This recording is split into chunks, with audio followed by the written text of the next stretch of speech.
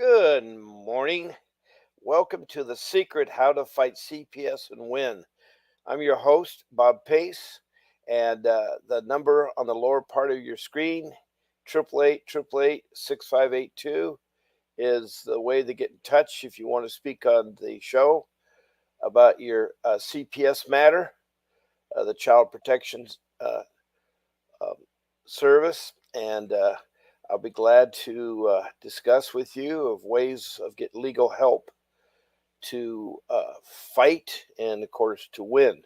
Today we have nobody that wants to speak, so I'm going to talk to you. I know it's the holidays and people really want to be with their families and so forth. This is a good time of year to talk about, family and what some of you may know or not know is, what happens if a social service worker from CPS department comes calling or comes knocking at your door or sends a letter or something like that. You have to be aware there are many people out there across the country that are struggling. They may be having drug addiction, they may be having other kinds of issues, financial issues, a loss of a job, maybe a loss of family one. There's also abuse that does take place. Unfortunately, there are children that are abused. And the whole idea is to have a way to get your family right again or get them together and so forth. I speak from a firsthand experience. And um, my firsthand experience uh, was a hard one for me. It still is. It took place in 2015 to about 2017. And now it's 2024. And I'm still in a very difficult um, uh, transition that hasn't really smoothed out. It's one of the horrors that we get ourselves involved in. We, as people, depend a lot on our government and our agencies are supposed to help people.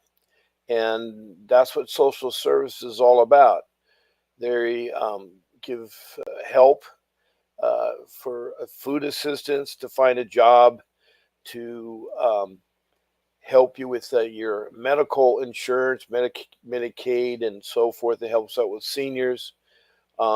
So one of the areas is this CPS, the Child Protection Services, and they're entrusted to watch our children. Every report they get, if someone calls in, for instance, a teacher is required by law if she suspects any kind of child abuse. So if a child goes to school and says, "Daddy touched me in an appropriate way," or "Mommy touched me in an appropriate way," or like that, then they have to follow up and investigate it.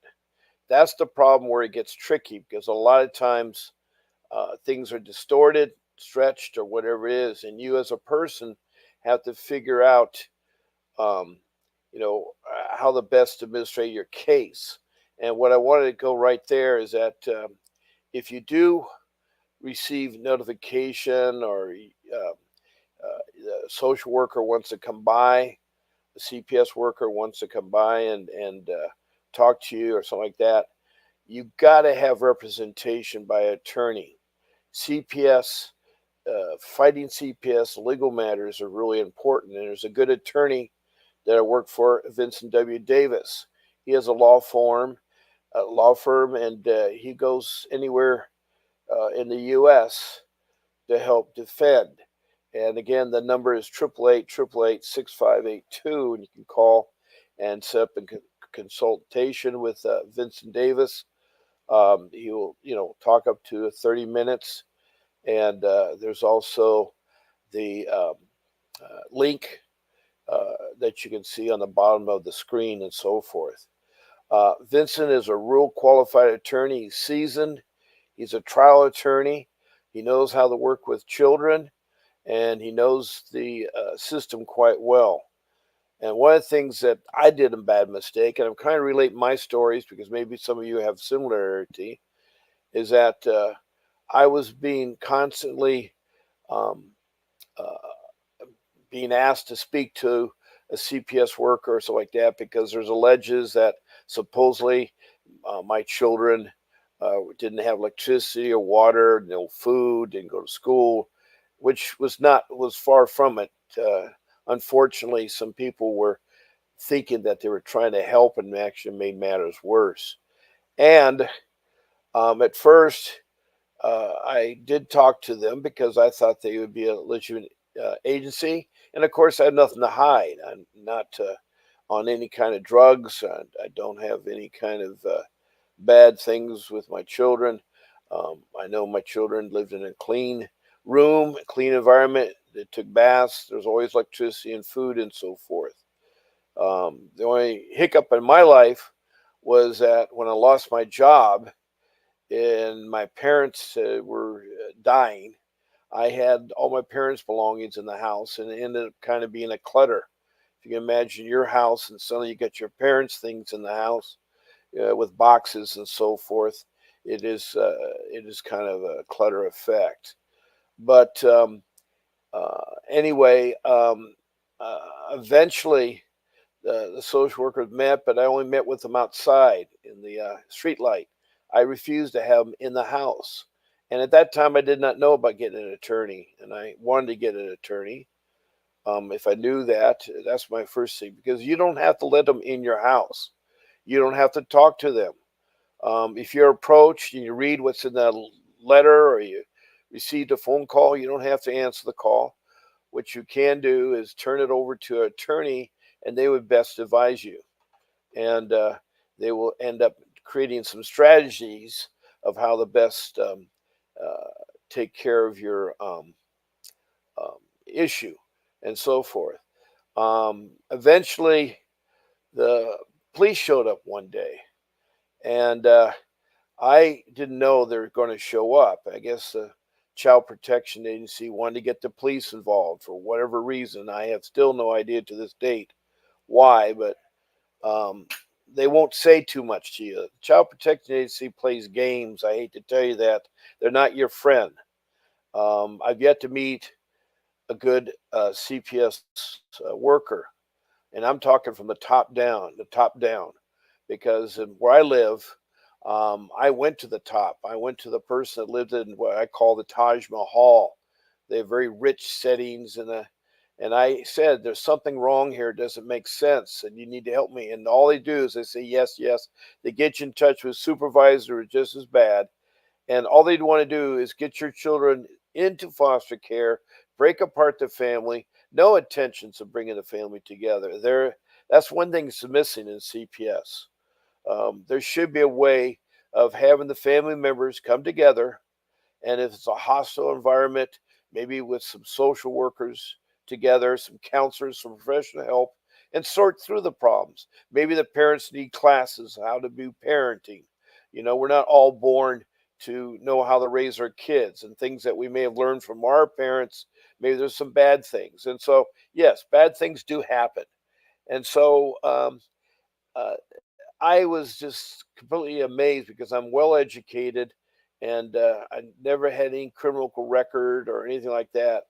But they kept on making matters worse. Every time I talked to a higher up person or emailed them or tried to get a thing, they made it worse for you. They made it completely worse. One of my children, my daughter, um, who is 21 at the now, and she was 12 at the time when this thing was all happening, and she was so convinced by the social workers that to be adopted, and so she divorced her mom and her dad, and changed her name, sealed her birth certificate, and is role playing as somebody else. And knows she's gone through some troubled times. My other siblings, I encourage them to keep in touch with their sister. I have a couple of sons, and they keep in touch with them. And so, anyway, the hardest thing for me to face was losing a job, and because of my age, at the time I lost my job, I was 60, and so, um, losing a job is a traumatic thing, especially at a later age. And it's hard finding work because no one wants to invest money and time into somebody who's old, even though they're not supposed to be age discrimination. So, with that being said, I didn't have the funds to, find an attorney and so forth. I lived in my house uh, from 2010 to 2017, April of 2017. And so that was 7 years that I was able to stay in my house.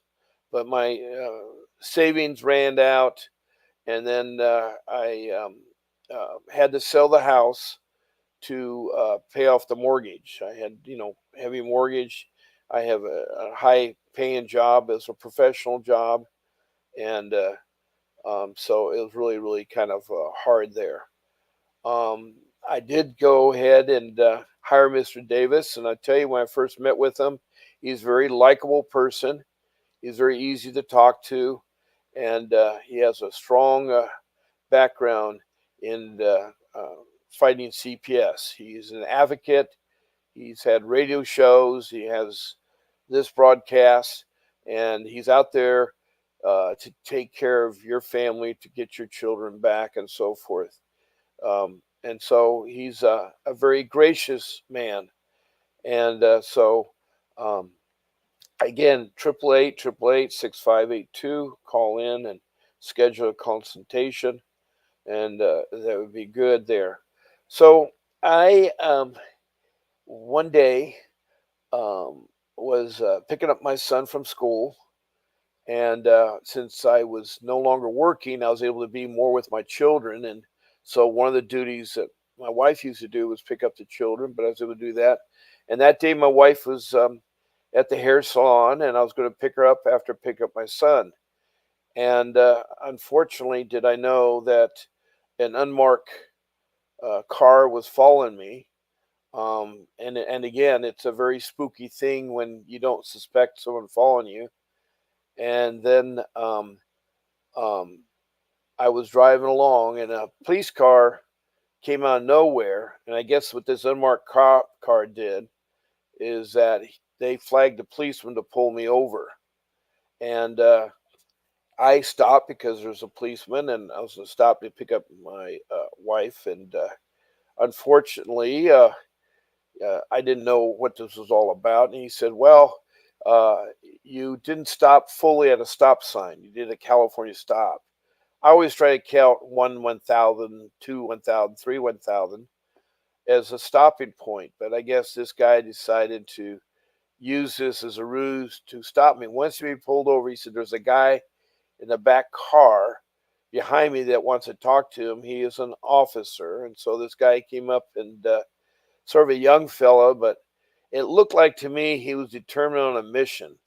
And did I also know that my other children who were in school, they were sending the police people to take them out of school for alleges that weren't true, but uh, they always play on the safe side. And so instead of me calling an attorney, I said, "Well," he says, "I want you to follow me back to the house." I said, "I need to go pick up my wife, and she's at the hair salon." "No, you don't pick up your wife." And I don't want to argue with a policeman. It's again, I had nothing to hide. I had no problem. When you have nothing to hide, you feel comfortable or confident that our government agencies are trusted and are good. But I hate to say, they're my where I live. I have a bad police organization. They are not the greatest police around, and so they overreact. And the police, I admire the police. They have a terrible job because they have to deal with the bad guys and the good guys, and they don't know who's bad or who's good, and they always get fingers pointed at them and so forth. And so I don't want to say it, but there are bad apples, and I guess I had a bad apple. And of course, he comes back to my house. I'm standing out in front, and the social workers come up and try to talk to me. And I have the policeman. Next thing I know, I have code enforcement coming. And suddenly I have all these people here. And my little son, who's trembling, he was only in the sixth grade at the time, and so he's young. He's what, 10 or something like that, and he doesn't know what's going on. He's hanging on to me, and at that time, if I knew what I knew, I would have said, "Well, do you have a search warrant? Let me talk to my attorney. You're not coming in." And so, I let him into my house. I'd tell him what was going on. I said that I'd lost my job.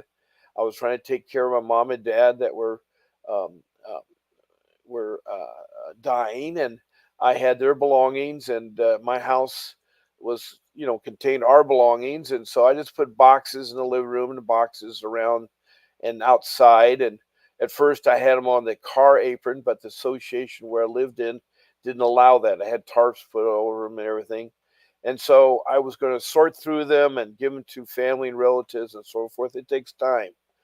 And unfortunately, I no longer had my gardener who took care of the yard. I had no longer, because when I worked, I had things that would take care of things. So the yard looked a little unkempt.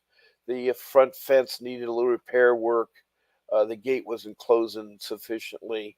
And of course, the curtains were drawn, and they were insinuating something. So they looked over my house, and he asked me, why you have this there and all that. And like, I was trying to talk to him, but I was also having code enforcement. Do you have smoke alarms? They were looking for something that they could bust me on. And to be honest with you, they didn't find anything except they feel the boxes were too high and it was unsafe for children. And these children were higher than the boxes, but they wouldn't fall on them.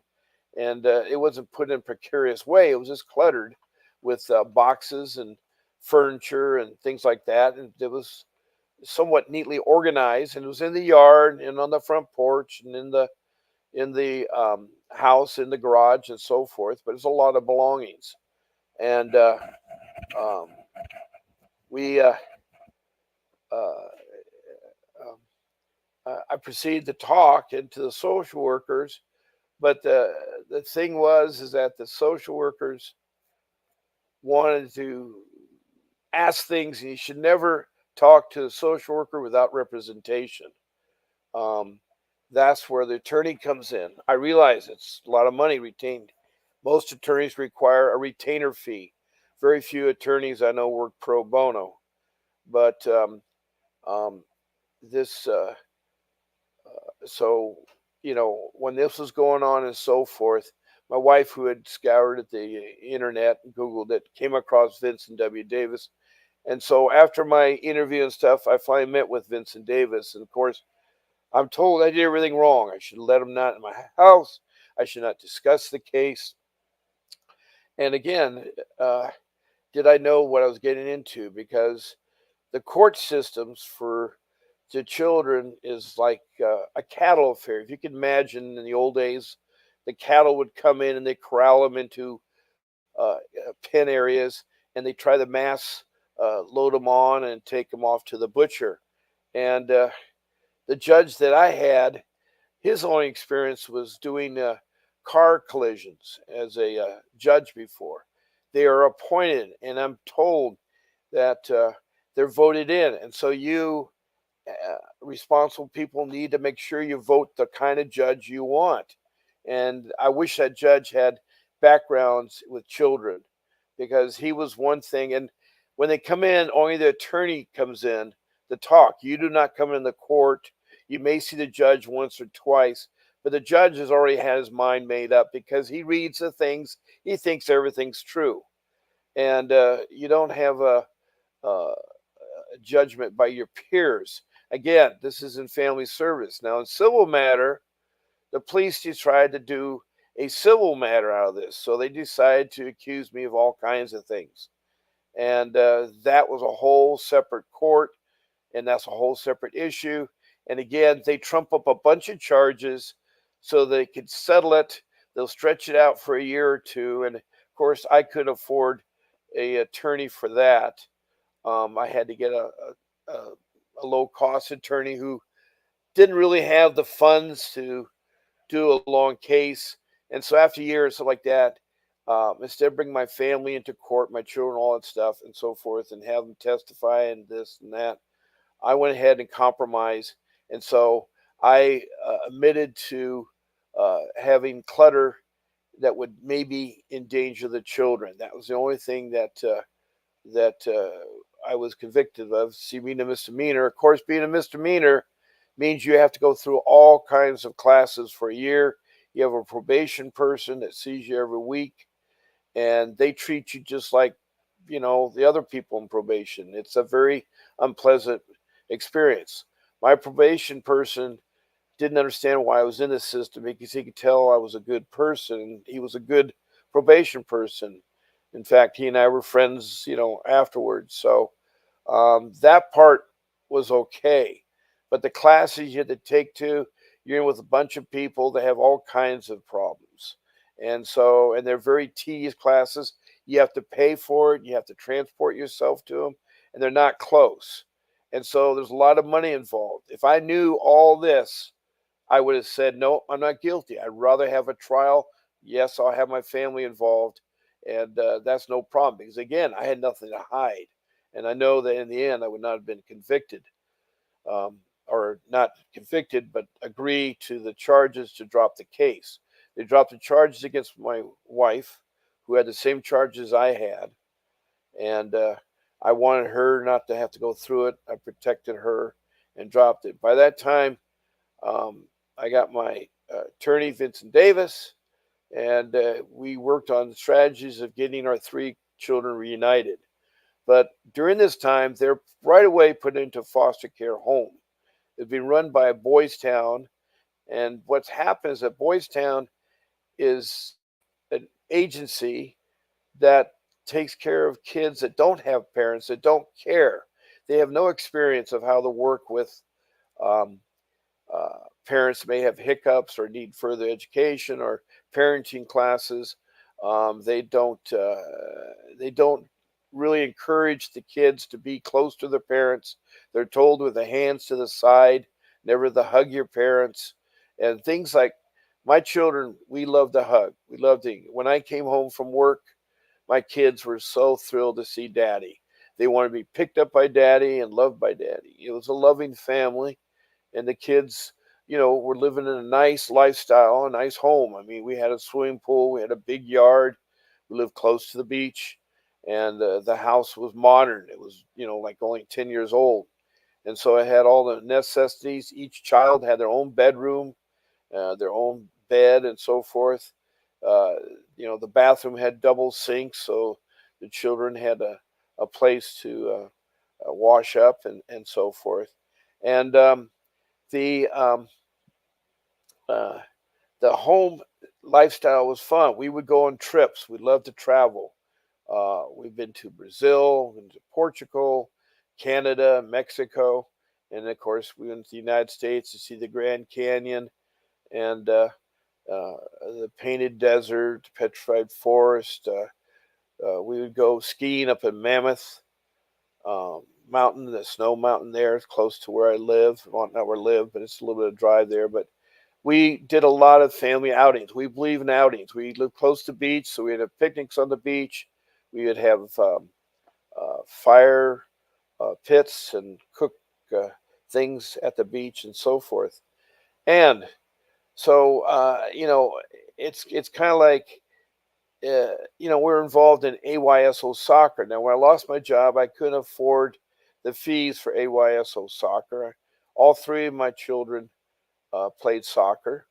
Um, and I have six children, and two of them are adopted, and actually, uh, yeah, two of them are adopted and four biological. And but our family consisted at that time uh, four children, and one adopted and three biological. The other biological one wasn't with me, and so we believe in outings. We would do things. We go to movies. We would go to Disneyland. I had season passes at Disneyland while they grew up. They grew up seeing Disneyland every day of the year.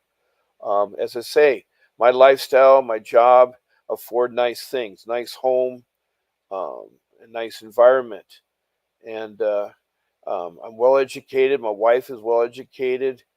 Um, we have both college degrees, and so we, are very professional people. Unfortunately, sometimes family members get involved, and her family members started telling stories. And if you can imagine our circle of people, you say one story to one person, then goes to the next person. By the time it comes around a full circle, the story's so distorted. And instead of them trying to help, they they kind of diffuse it. One of our children is an older child uh, that was in her teens, and she said some things that weren't true, but uh, you know, uh, there was always a family involvement on my wife's side, involvement with our family. Um, and so on my side, my mom and dad loved us. They were at our wedding, and they were very giving parents and so forth. And I have a couple of sisters, and so we had some trips to Hawaii and so forth. And so, I look back and you say to yourself, well, what is this? Why is this CPS? The problem is the CPS aren't geared to good parents. They're not geared to parents that are okay or it has minor hiccups. They could have came up and said, look, Mr. Pace, you can't have belongings this high. It's not safe for the kids. Um, you need to do something about the yard.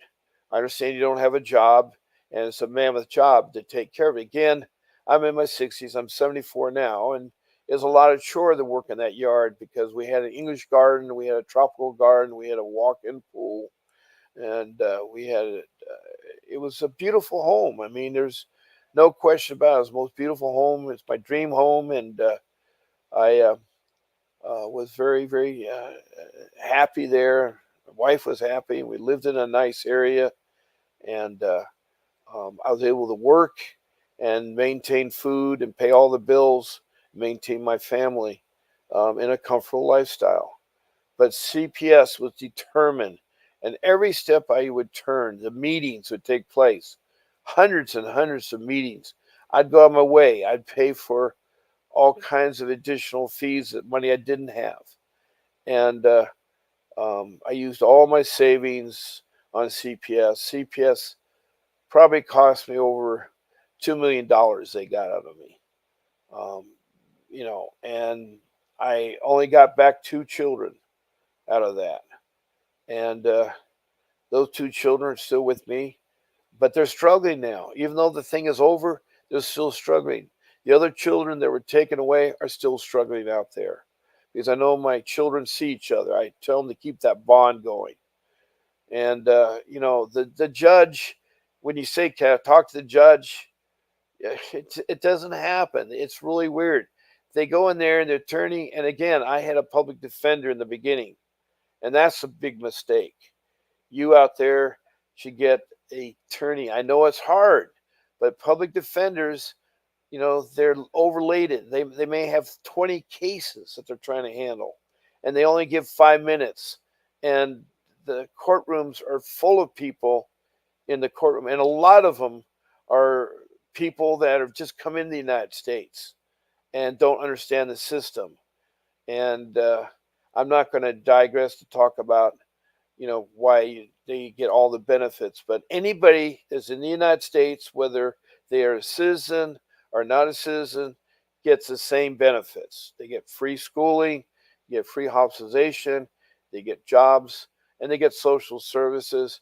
And so, if the systems that they're used to in their country is different than here, and there's a lot of the people there. There's language barriers. You need translators, and so it's not a very pleasant court. Now, maybe in other states, but I've talked to a lot of states. I heard horror stories on the Indian reservations, especially South Dakota with the Lakota Sioux. And so I know firsthand about things. I've heard people from New York, Pennsylvania, almost every state. And it seems like the majority, and I hate to say it, 99% of CPS, they missed the boat. They missed the boat. The one thing they missed the boat on, and this is the key point, we need to bring the family back together. And we have to determine what the family needs. Well, if you don't have a talk together, how can you know it? It's like comparison to our Congress. They're trying to give money right now to to entities that are fighting um, to stay free and so forth. And then they bring up other things and they squabble about themselves. But at least they are coming together. But in CPS, it's not that at all. You go through your attorney, and he's supposed to know everything and do everything and try to help you. And they need to have it where the attorneys come in, the children come in, the mother and father come in, any parents come in, and they sit there and they, discuss things and say, all right, we as parents, you need a class in how to parenting because your skills of parenting. Maybe you don't know how to change a diaper. Maybe you don't know how to feed your children or bathe your children or sort of like that. Maybe there's things like discipline, timeouts, and things like that. But they don't do that. In CPS, they're determined to keep the children as long as they can in CPS and have them adopted because that's where the money is. And I hate to say it, it's one agency that depends on the money. And they get a lot of money for every child from the federal government. And the state I'm in is notoriously bad. The area I'm in is notorious bad. That agency, as I say, you can tell where the money is in that Taj Mahal of a building. There are buildings that you can be in, but then you have these buildings here. They're the state art buildings. They're expensive, and and then you got the caseworkers get actually get bonuses for keeping the children in there. They get Gucci purses, their outfits, their nails done, and everything. They don't have to worry about it. It's very hard when you lose your money and you don't have the basic things, and it's really, really, really, really, really hard. But anyway, this is going along and it's countless meetings. You go see a psychiatrist, and they then only can discuss things the social workers want them to discuss, and they want to insist on you have to admit things that are not true.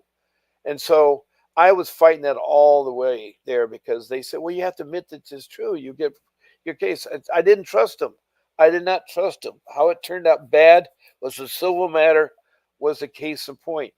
That police officer, and I guess he works in um, investigation, lied.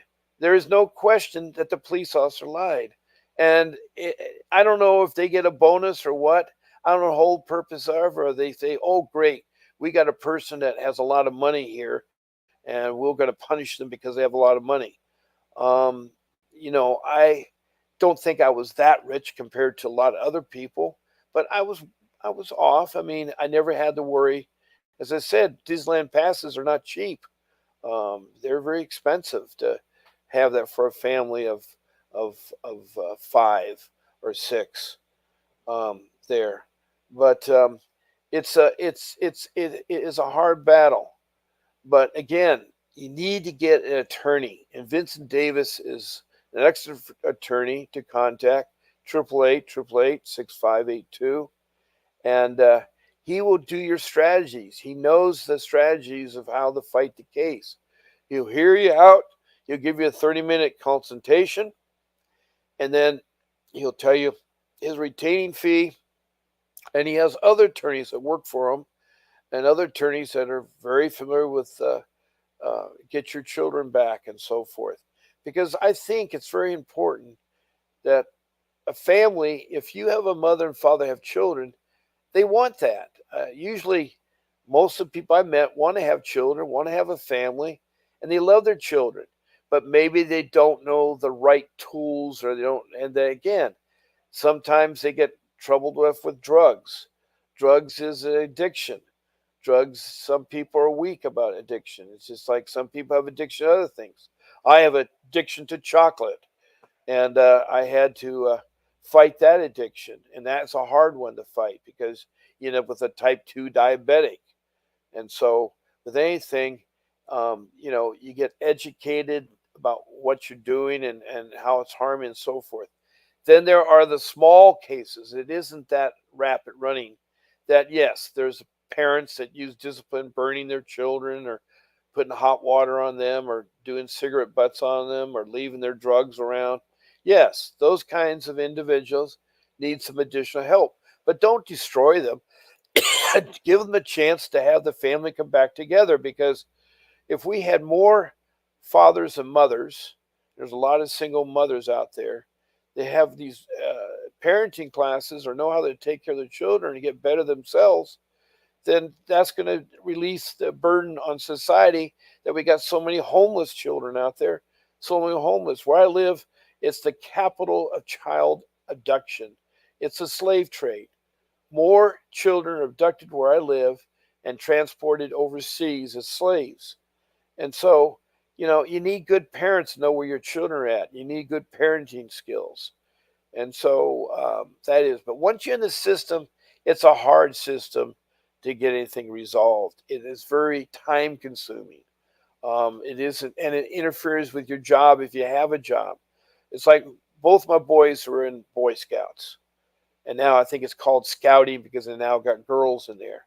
So in the scouting program, they have the younger scouts, the Cub Scouts, and they go through earning, the learning skills and earning badges and doing activities. Excellent organization. Same thing in the older group, the Scouts. They have an excellent way to do it, and they have the highest rank, which is the Eagle. And both of my boys were excited and want to earn the Eagle. And so scouting is a good thing. But if you can imagine a person that's a social worker that has to be a monitor attend a Cub Scout meeting or a Boy Scout meeting, the other scouts look at him like peculiarly or like church. We are very church going, and we'd go to our church, and the monitor would come with our church. She wouldn't sit with us, she'd sit a row or two back. And then one of her younger children, they have a time in church where the children go and have their own level of Bible study uh, behind the not the pew, but behind the altar in the back room. And I found out later that our monitor scolded our son.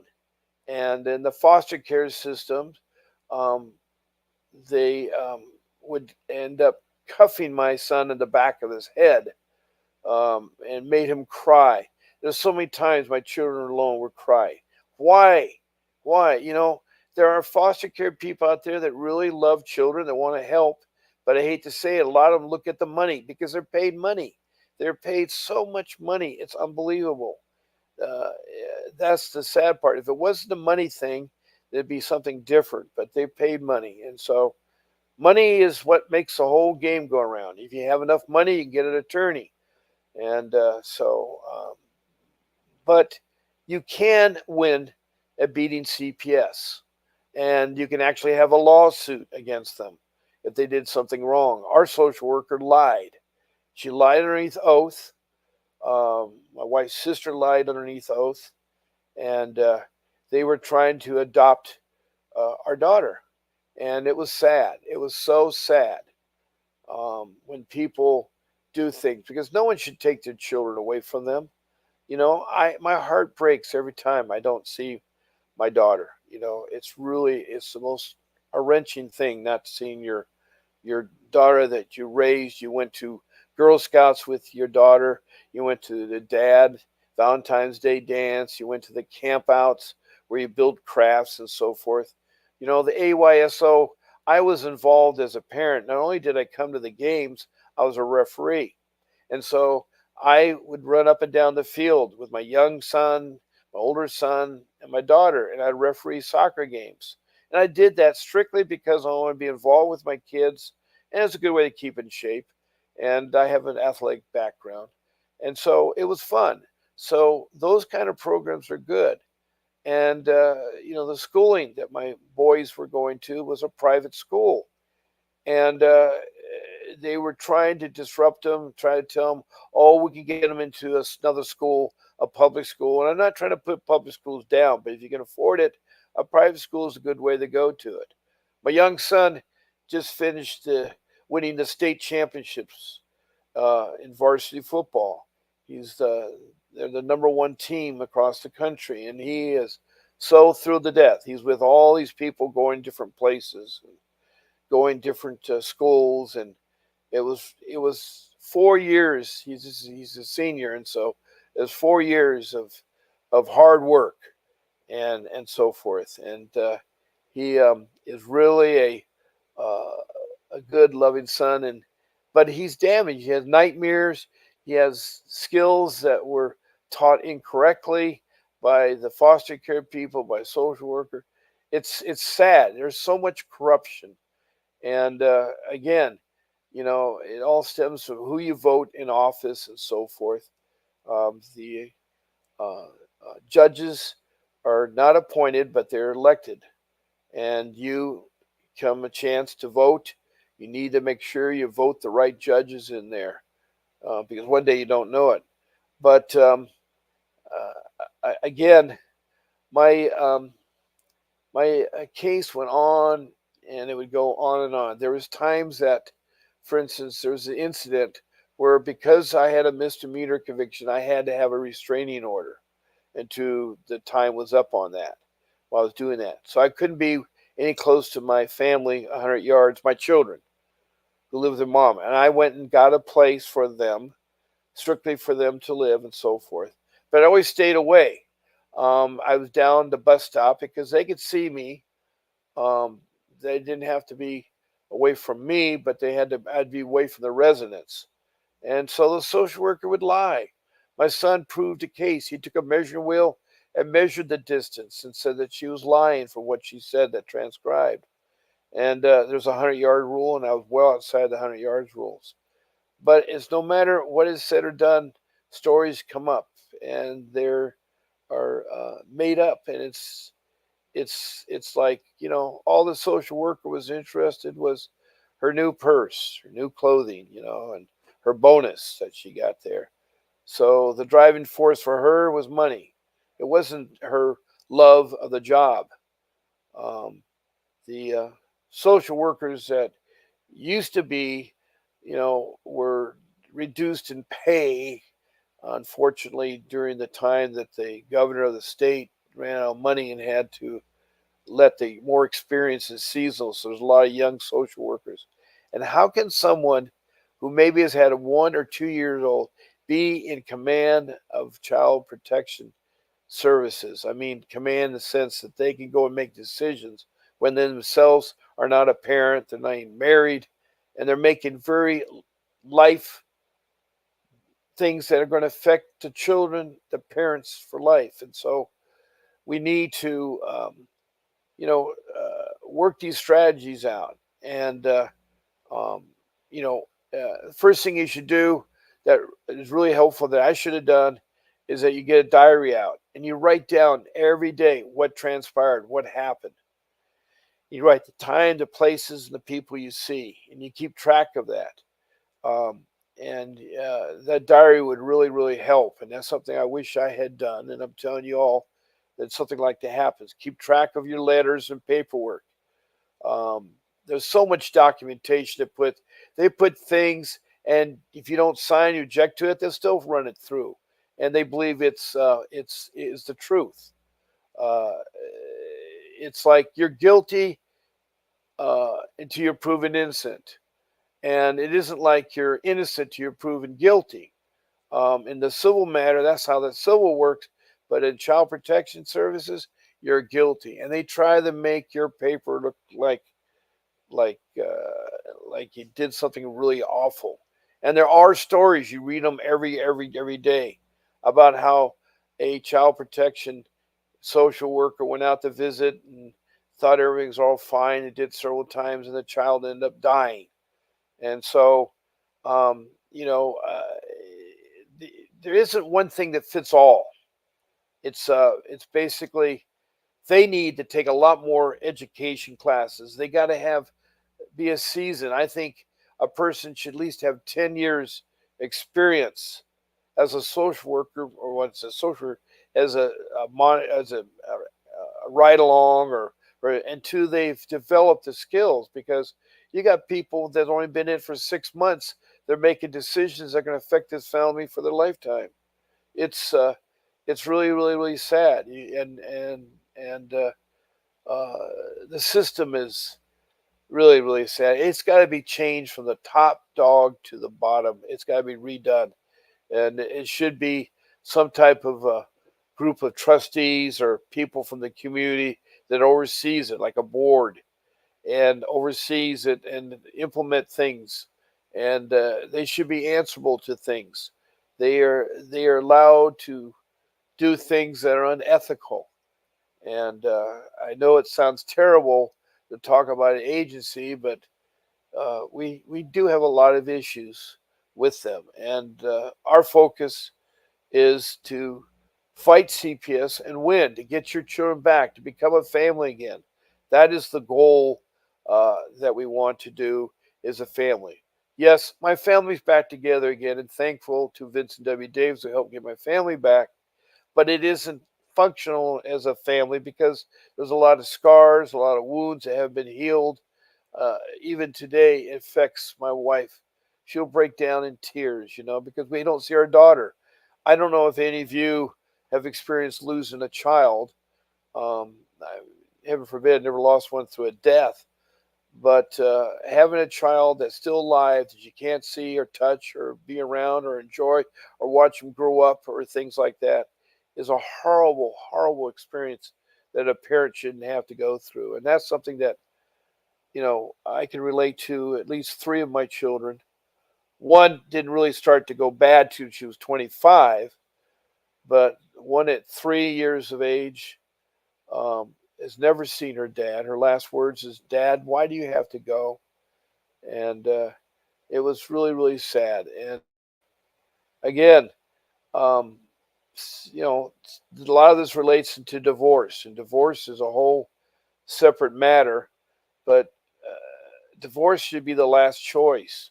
In the court system, I got talked into my first marriage of getting a divorce, uh, and I had to hire a judge, hire a private stenographer or court reporter, and I hire a private courtroom and so forth. And it was a waste of money and time. I should stick with the public system. And it, when two people can't be together anymore, that's the sad part, because marriage is a marriage of two people through better or for worse. And my wife has sat through me for 30 years. And uh, my two sons um, are still with me. And we, as a family of four, are struggling right now.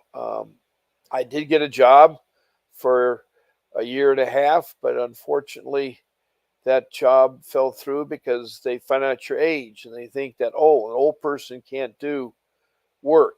Well, we got two president candidates that are really old, and they have the hardest job to do. They have the United States to lead. So this thing about age is wrong. You should not be judgment of age. And yeah, you may have a heart attack. Well, you may have a heart attack at age 20. You may have a heart attack at age 30. You may be gone. No one knows the answer. So they shouldn't use that as justification not to hire someone or not make work available and try to push them out of the company. And in my case, I had a wrongful termination, and it's perfect for a lawsuit. But again, I don't have the funds, and I just uh, don't understand a lot of things. But talking does help. I think also getting it off your chest and talking about it through a circle of friends or through a professional, and we all should get some type of counselor, a therapist to talk about things. And um, it's it's a hard thing to go through here and so forth. Well, I'm getting close to my allotted time here on the uh, this series, CPS, the horror stories, fighting and winning, and I encourage you all to call in and set up a time that you can talk to me. Yesterday, I had an interested speaker that talked to me for an hour about his life and what he was going through. He called in, set up a time. So we are a forum open up to people that want to talk. And we could talk to one or two or three people um, there, and we would definitely um, like to hear from you. So please call in 888-888-6582. Also, that's the number for the law firm, Vincent W. Davis, and he is uh, a leading CPS attorney, and he will help you with strategies. You just call and set up a consultation, and he'll tell you what you can do about your case. He knows it all. He knows it inside out. And I want to thank you all for listening, and I hope that you all have a very, Merry Christmas, and you're with your family, and you take care of your children and each other, and love each other. Again, thank you for listening.